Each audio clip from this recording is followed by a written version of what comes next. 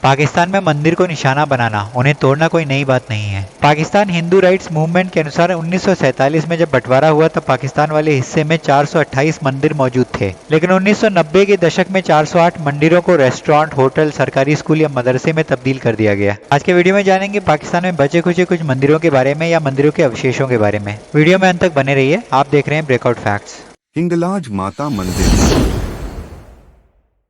हिंगलराज बलूचिस्तान पाकिस्तान में एक महत्वपूर्ण हिंदू तीर्थ स्थान है। ये कई राजपूत, चरण, राजपुरोहितों और भारत के अन्य हिंदू समुदायों के द्वारा अपनी कुल देवी के रूप में पूजी जाती हैं। ये कराची से लगभग 250 किलोमीटर उत्तर पश्चिम में बलूचिस्तान प्रांत में स्थित है। श्री हिंगलराज माता मंदिर आज के पाकिस्तान का सबसे बड़ा हिंदू तीर्थ स्थल है। पौराणिक कथाओं के अनुसार दक्ष प्रजापति ने जब अपने यज्ञ में भगवान शिव का अपमान किया तो इस अपमान से दुखी होकर माता सती ने अपने आप को अग्नि को समर्पित कर दिया था। ये समाचार पाते ही भगवान शिव वहां पहुंचे और यज्ञ को नष्ट भ्रष्ट कर दिया। फिर वे क्रोध में देवी के शरीर को हाथ में लेकर तांडव नृत्य करने लगे। इस तांडव से पूरी सृष्टि में प्रलय आ सकती थी। भगवान शिव के इस तांडव को रोकने और उनका क्रोध शांत करने के लिए विष्णु भगवान ने अपने सुदर्शन चक्र से माता के शरीर के कई टुकड़े कर दिए। इन टुकड़ों को भारत उपमहाद्वीप में कई हिस्सों में बिखेर दिया गया। जहाँ जहाँ ये टुकड़े गिरे वहाँ माता के नाम के शक्तिपीठ स्थापित हुए और प्रत्येक पीठ पर भैरव भगवान शिव के अवतार के रूप में अवशेषों के साथ रहते हैं। ऐसा कहा जाता है कि माता का सिर हिंगुला या हिंगलराज में गिरा था। इस प्रकार इसे 51 शक्तिपीठों में सबसे महत्वपूर्ण माना जाता है। हिंगलराज के भैरव को भीमलोचन कहा जाता है, जो कच्छ के कोटेश्वर में स्थित हैं। भारत की स्वतंत्रता और पाकिस्तानी सरकार के और समाज के बढ़ते इस्लामी रुख के बावजूद हिंगलराज बच गया है। आज भी पाकिस्तान में रह रहे हिंदुओं के द्वारा इसे सम्मान और पूजा जाता है और इसे वहाँ नानी के मंदिर के रूप में भी पहचाना जाता है। शारदा पीठ।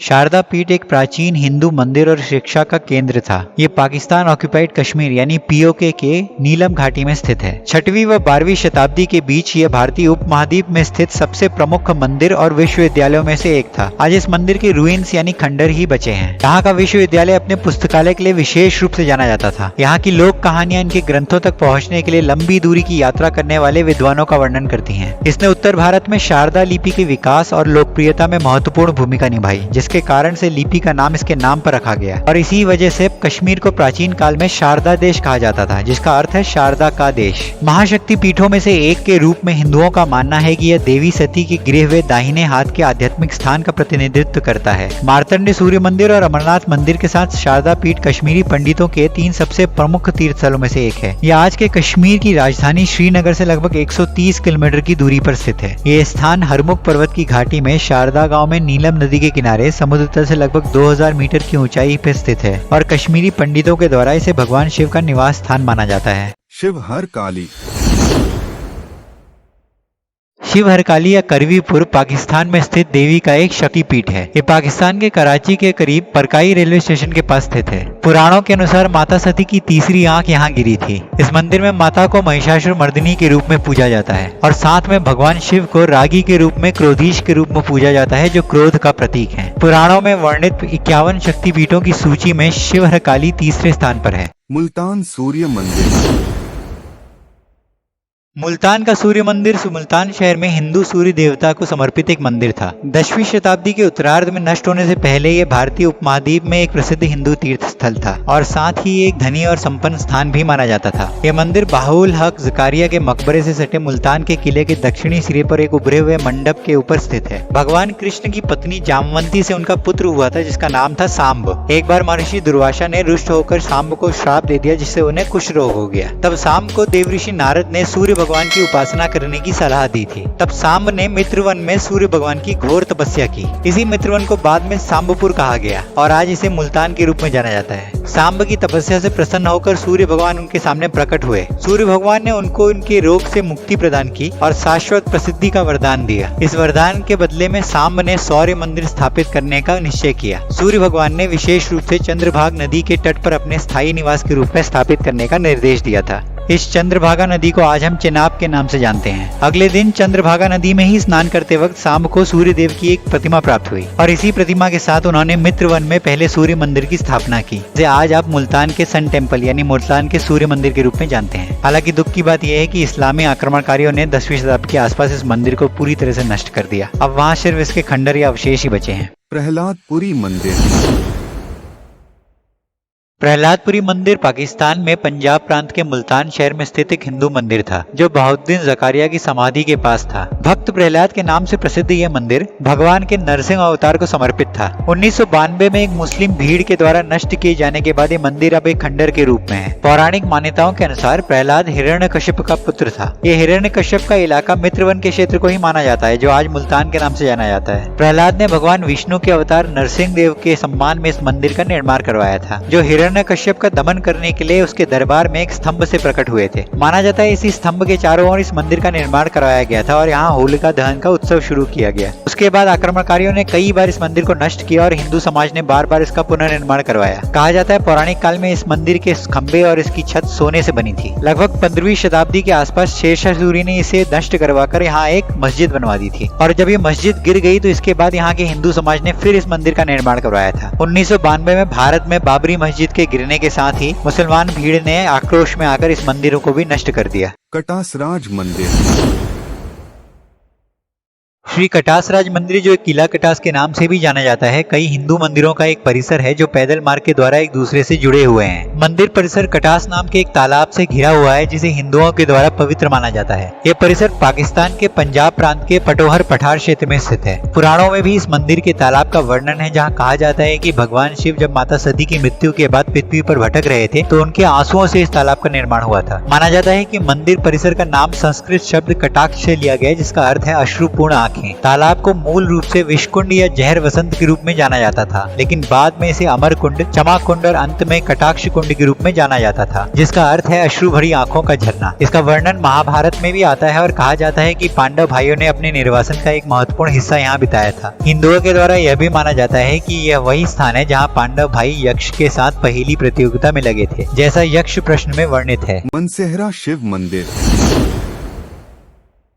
मनसेहरा शिव मंदिर पाकिस्तान के सबसे पुराने हिंदू मंदिरों में से एक है जो अब भी अस्तित्व में है। माना जाता है कि मंदिर कम से कम 2000 से 3000 साल पुराना है। ये मंदिर पाकिस्तान में खैबर पख्तूनख्वा के मनसेहरा से 15 किलोमीटर दूर चिट्टी गटी में स्थित है। इस मंदिर के वार्षिक शिवरात्रि उत्सव में पूरे पाकिस्तान और विदेशों से लोग आते हैं। पुरातात्विक शोध के अनुसार जिस स्थान पर यह मंदिर अब खड़ा है उस स्थान पर पहले से एक हिंदू मंदिर मौजूद था और मंदिर के अंदर का प्राचीन शिवलिंग बहुत ही प्राचीन है जो कम से कम 2000 साल पुराना है। 1830 के दशक में जम्मू के राजा के द्वारा भक्ति के कार्य के रूप में मंदिर का जीर्णोद्धार किया गया था। ये मंदिर जिस स्थान पर है 1947-48 के दौरान कुछ लोगों ने स्थान पर कब्जा कर लिया और मंदिर को सील कर दिया। पाकिस्तानी हिंदुओं के बहुत से प्रयासों के बाद 1998 में उन्होंने इस मंदिर को पुनः प्राप्त किया और इसका आंशिक रूप से जीर्णोद्धार भी किया गया है। लव मंदिर।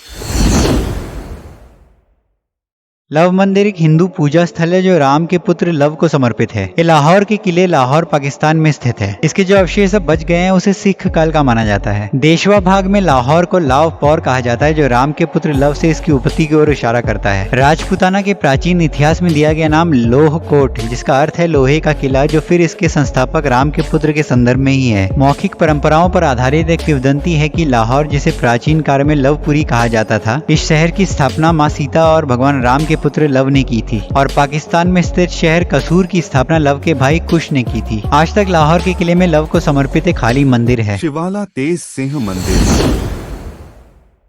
शिवाला तेजा सिंह मंदिर पाकिस्तान के पंजाब प्रांत में सियालकोट शहर में एक ऐतिहासिक हिंदू मंदिर है। मंदिर का निर्माण तेजा सिंह ने करवाया था। विभाजन के दौरान 1947 में मंदिर को सील कर दिया गया था। 1992 में मंदिर को उपद्रवियों ने आंशिक रूप से ध्वस्त भी कर दिया था। पाकिस्तान में रह रहे हिंदुओं ने कई वर्षों तक इस मंदिर की मरम्मत के लिए कड़ा संघर्ष किया। 2019 में पाकिस्तान सरकार ने औपचारिक रूप से इस मंदिर को पाकिस्तान हिंदू परिषद को सौंप दिया ताकि वो इस मंदिर को हिंदू तीर्थ यात्रियों और अन्य अनुष्ठानों के लिए खोल सकें। चुरियो जबल दुर्गा माता मंदिर।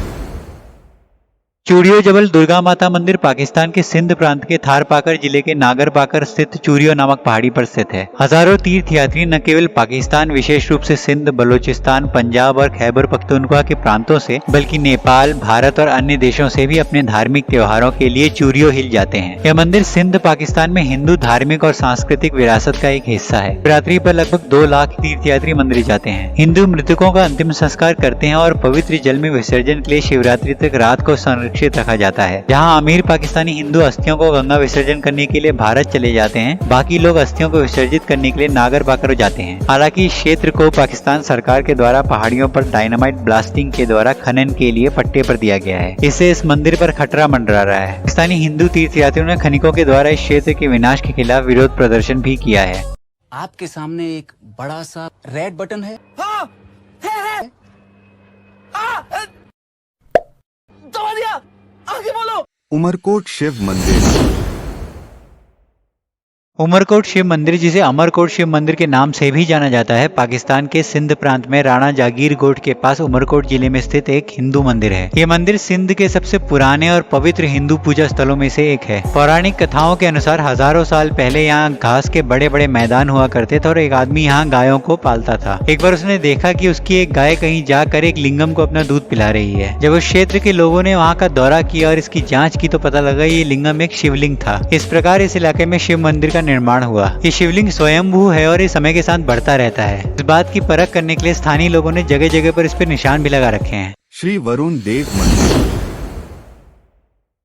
श्री वरुण देव मंदिर कराची सिंध पाकिस्तान के मानोरा द्वीप में स्थित एक हिंदू मंदिर है। ये मंदिर भगवान वरुण, या जैसे हमारे सिंधी भाई कहते हैं, भगवान झूलेलाल को समर्पित है, जिन्हें हिंदू धर्म में पानी या जल का स्वामी या देवता माना जाता है। वे सभी समुद्रों, महासागरों और मुख्यतः सिंधु नदी के प्रमुख देवता माने जाते हैं। ऋग्वेद में भी समर्पित भजनों के अनुसार सिंधु नदी ही एकमात्र ऐसी नदी है जो भगवान झूलेलाल से जुड़ी हुई है। ज्ञात स्रोतों के अनुसार लगभग 16वीं शताब्दी के आसपास बोजमल नेंची भाटिया नाम के एक धनी नाविक ने इस मंदिर का निर्माण करवाया था। पूरी दुनिया में रहने वाले सिंधी समाज के लोगों के बीच इस मंदिर की बहुत मान्यता है। हालांकि पाकिस्तान में काफी हिंदू मंदिर तो पहले ही तोड़ दिए गए थे, लेकिन 1947 के बाद भी कई मंदिरों को तोड़ा गया। अगर ये मंदिर अच्छी तरह से संरक्षित किए जाते तो हिंदी तीर्थ यात्रियों की वजह से पाकिस्तान इकोनॉमी में अच्छा योगदान दे सकते थे। फिलहाल आज के वीडियो में इतना ही। मिलते हैं अगले वीडियो में, तब तक अपना ख्याल रखिए।